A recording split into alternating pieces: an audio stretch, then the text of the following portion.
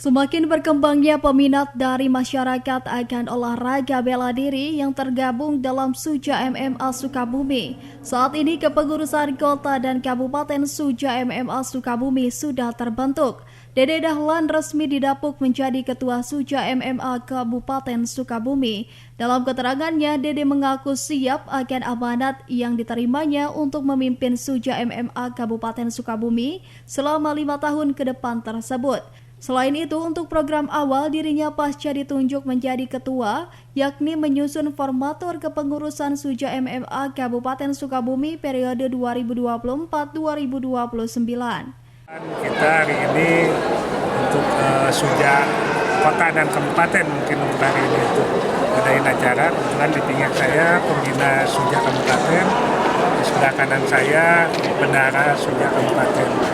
Ya mudah-mudahan dengan adanya acara ini nanti untuk Suja Kabupaten kita pun sudah ada agenda-agenda yang nanti ke depannya programnya akan sama seperti hari ini yang hari ini dilaksanakan. Kita nanti ke depannya itu pertama kita akan mengumpulkan atlet-atletnya atau pelatih-pelatihnya.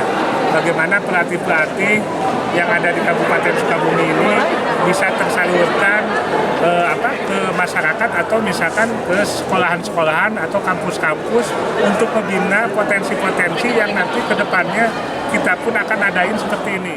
Dari Kota Sukabumi, Sofwan Jopikar dan tim liputan MGS TV melaporkan.